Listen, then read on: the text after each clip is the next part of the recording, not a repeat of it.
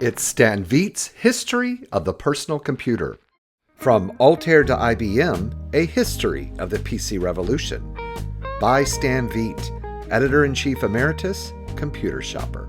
Copyright 1993 and 2026 by Stan Veit and A-Books Creativity Incorporated. Read by Randy Kindig and David Greelish. Chapter 23, Triumph of the IBM PC. When the PC was introduced in August 1981, the reaction was explosive, and the response to the product was far in excess of the most optimistic prediction made by IBM's marketing department. The advertising and publicity for all the previous computers had built up a picture of the wonders that small computers could accomplish, but the promise had never quite been fulfilled. The Apple, Tandy, and all of the S100 bus computers had crept into the business world on a very limited basis. They had never been really accepted and were looked upon as tools with very limited applications. The Apple II was often referred to as the VisiCalc machine, while the S100 computers were mainly used for word processing and limited database applications. Despite its intensive advertising and excellent products, Radio Shack could never live down the name Trash 80, while Commodore was merely thought of as a game machine. Now, Big Blue, IBM itself, was producing a personal computer, and that alone lent legitimacy to the industry. The world of business was convinced that if IBM built personal computers, then PCs must be the future trend of the computer industry. For the first time, large corporations placed volume orders with IBM for microcomputers. Despite the general attitude of business towards personal computers, the state-of-the-art of the existing microcomputer industry was quite advanced at that time. There were S100 Z80A computers that had been in production for 5 years and ran some fairly good software. There were even multi-user systems that could support 8 to 10 users and could supply each user with enough memory to do some meaningful work. Some of these computers even had hard drives, then called Winchester drives, and used operating systems far in advance of the new PC-DOS offered by IBM. The Apple II and III computers had a huge library of software. Apple computers were easy to use, and they were capable of very complex color graphics. The brand new IBM PC had none of these capabilities and almost no existing application software. Yet the PC had the magic letters IBM on the front panel, and that alone was enough to inspire confidence in the potential of the computer. Customers were convinced that all the rest would come soon enough. By the end of 1981, demand for IBM PCs so exceeded the supply that a buying frenzy built up. While they could have sold 50,000 computers within the first few months, the IBM entry-level division actually built and sold less than 20,000. Dealers were actually selling the machines at above list price and tying in software with the order. To relieve this situation, IBM exerted all its productive genius, and when they finally ramped up production during 1982, the PCs fairly flew out of the factories. Now on this page, there is a picture of an IBM PC 5150. Looks like running some sort of graphic software. IBM had never had a product like this before, and there were many bugs in the distribution system. The selection of IBM PC dealers had been made very carefully, and the computer dealers had really competed for the privilege of selling the PCs. Although the Computerland chain had been selected as the first group of non-IBM dealers, each individual store had to qualify as a PC dealer. Very few independent computer stores made the grade and qualified as IBM dealers, and this created a lot of pressure on IBM to expand the ranks of authorized dealerships. The computer industry had always operated on a system of dealer discounts based upon sales volume. IBM therefore used this industry standard yardstick in pricing the PC to its dealers. The more computers sold, the greater the dealer's discount. In addition, once the dealer's volume had been established, each dealer had to maintain their volume quota to keep the valuable IBM franchise. While the PCs were in short supply, the dealers continued to place massive orders, knowing that they would only actually get a portion of their order on allocation. The dealers were sure they could sell all the computers they received right in their own stores. However, once the pipeline of back orders was filled, IBM was able to produce all the computers that were ordered. The dealers could not go back and order in smaller quantities because then the reduced discounts would not give them a large enough profit margin. They were also afraid of losing their dealership if they did not keep up their quotas. Under this marketing pressure, something had to give, and what resulted was the establishment of the so-called gray market. The overstocked dealers found that they could sell their excess PCs for cash to other dealers who were not IBM approved. The IBM dealers only made a very small markup on the units they wholesaled, but they retained their large discount on the units they kept. Soon, more units were flying out the back door than were sold to customers who walked in the front door. The gray marketeers who bought the machines had to pay cash to the IBM dealers, and the gray dealers could not afford to keep the computers for any length of time. They had to turn them over fast to get the cash to buy the next load. The gray market dealers therefore sold IBM PCs to retail customers at a sharp discount. The street price of gray market IBM PCs dropped daily as more and more computers were funneled into the gray market pipeline.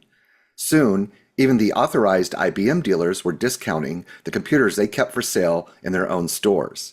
The IBM dealers also had to move their monthly quota of computers before the next load came in, because they had to pay the IBM invoices on time.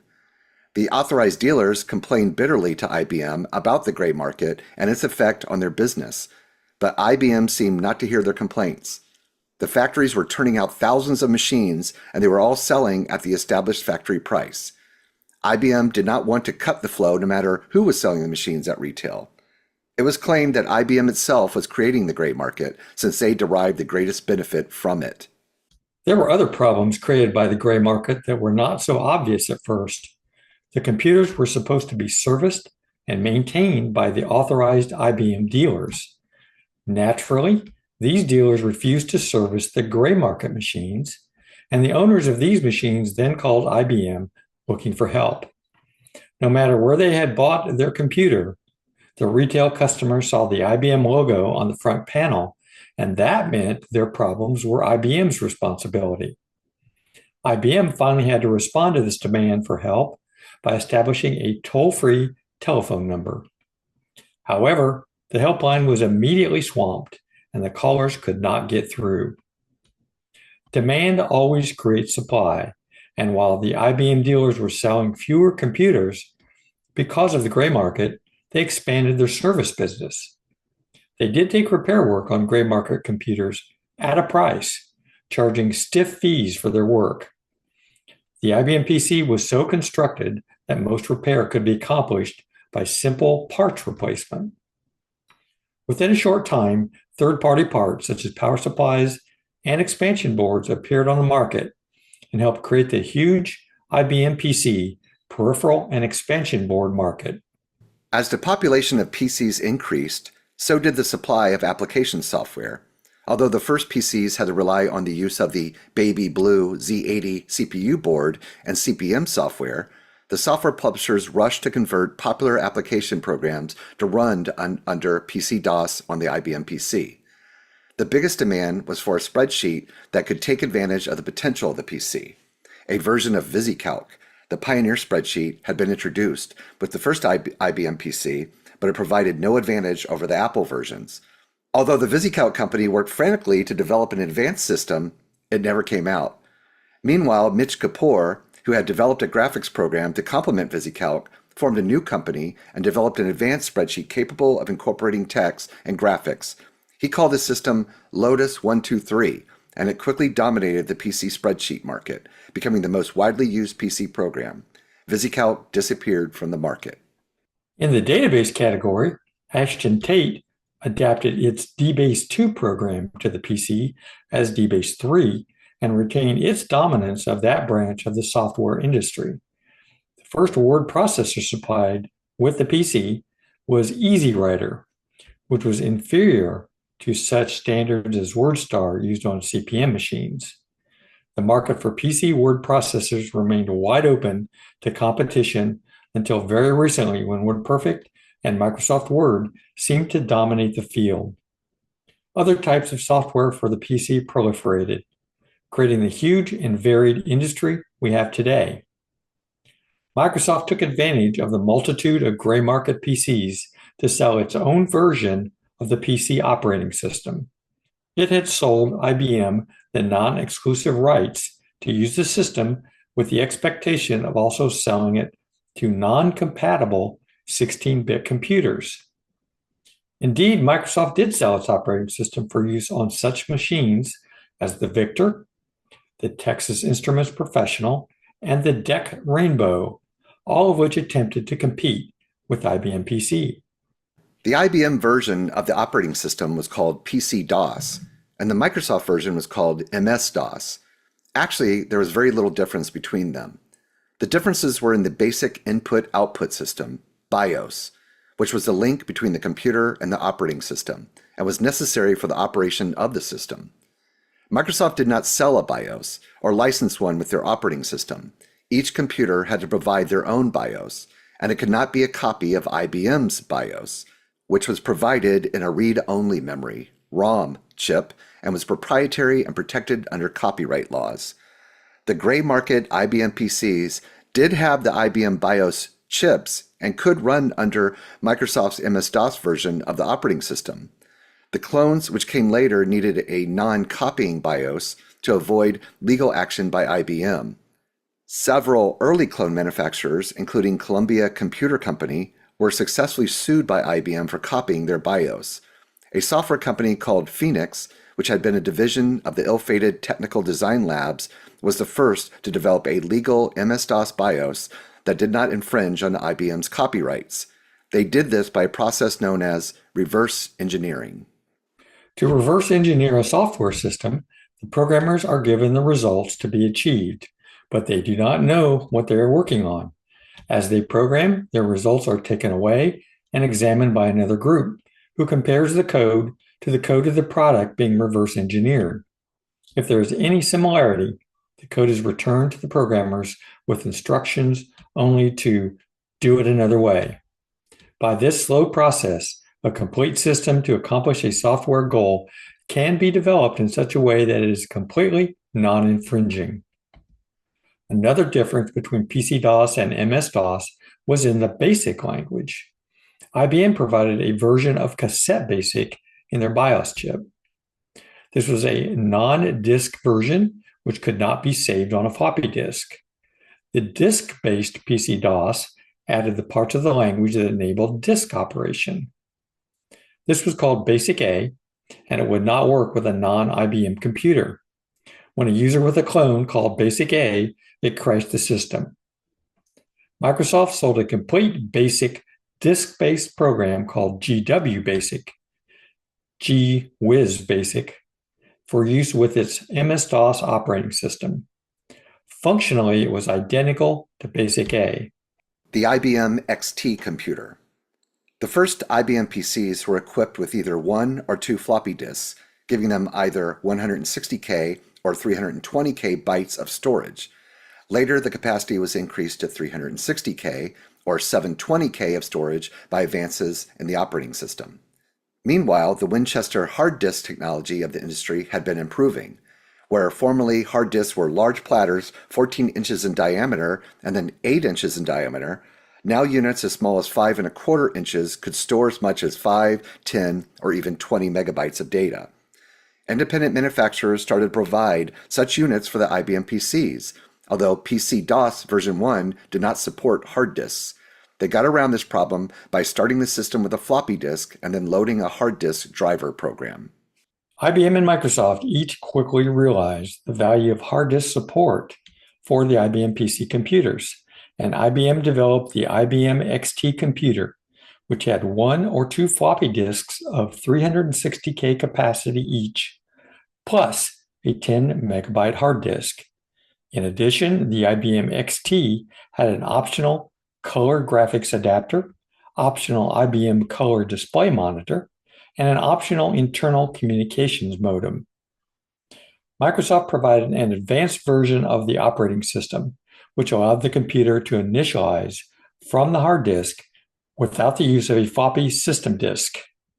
Upon its release in March 1983, the XT took its place in the IBM PC family, adding to its total sales without diminishing the sales of the PCs.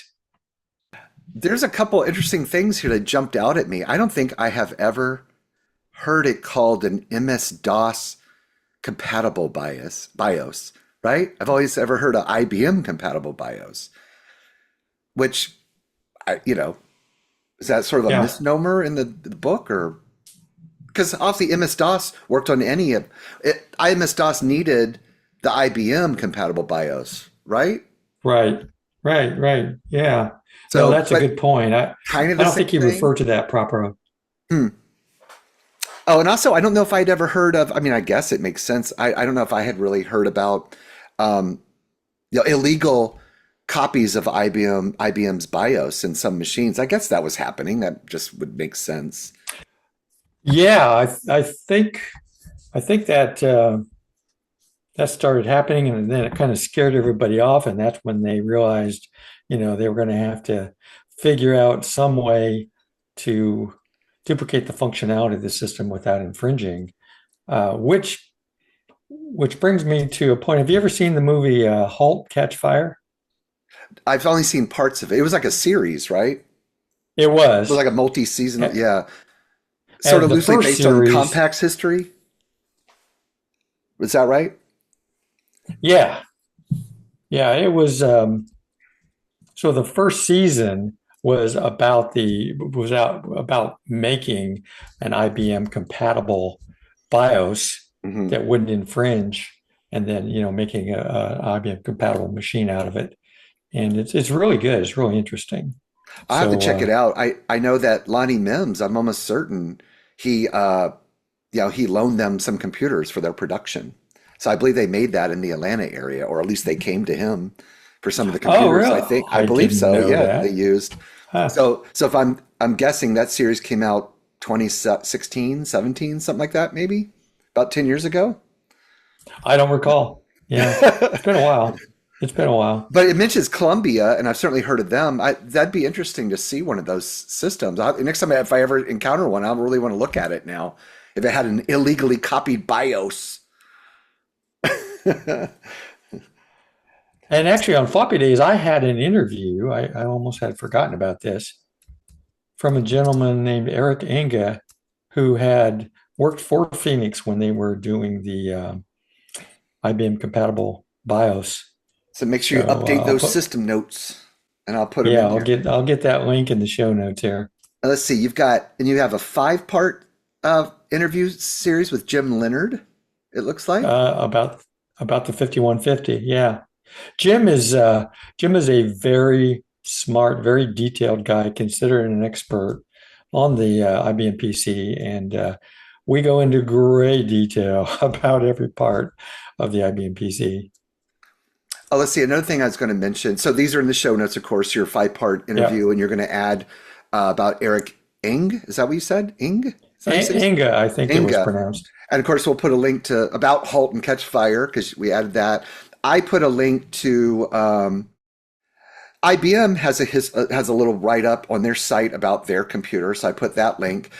So I used to have, early on when I started collecting, I acquired an original IBM 5150, and they did not have hard drives. They'd have 2 floppy disks, the original full height 360K. I think mine had 2. I have a picture of it. I'll try to find, maybe I can throw it in here. But so if you look at this link, I actually had that external hard drive.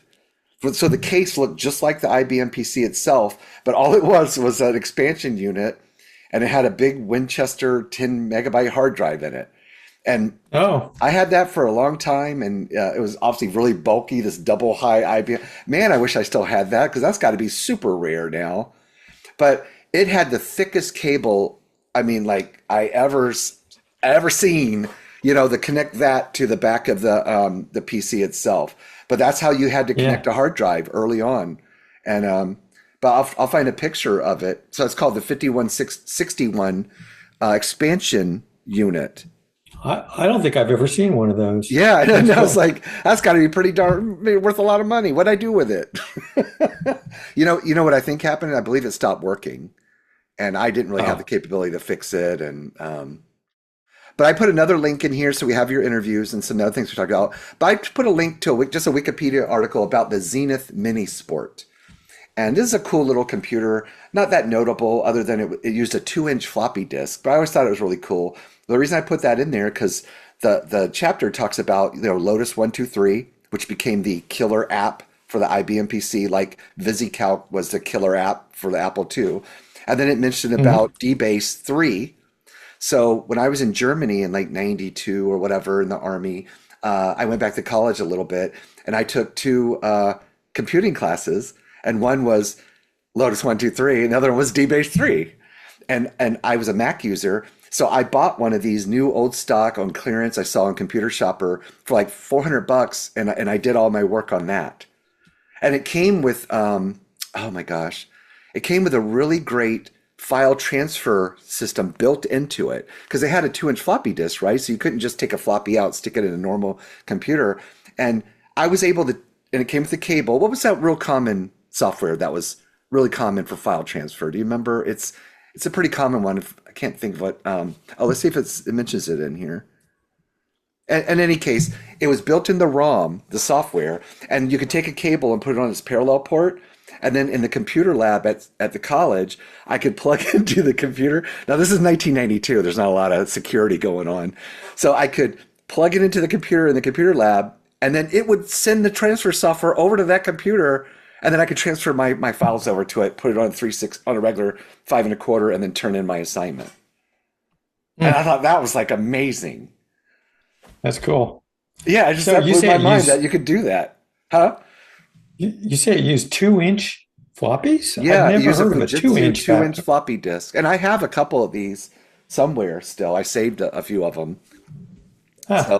but obviously they never caught on. But they were 720K 2-inch floppy disks. And there's a picture of it in the Wikipedia article. But a really cool little computer. I liked it a lot. But obviously it didn't sell very Neat. well. It wasn't real practical for them. So, for well, even this isn't totally true anymore, but modern PCs came to be called Wintel machines, right? Windows Intel. But before that, they Right. were always called IBM and IBM compatibles. So, Yep. right, once you had the BIOS compatibility and all that stuff, that's what they were known as. You had Macintoshes and IBM compatibles. Obviously, you had some other ones, but those were the two dominant.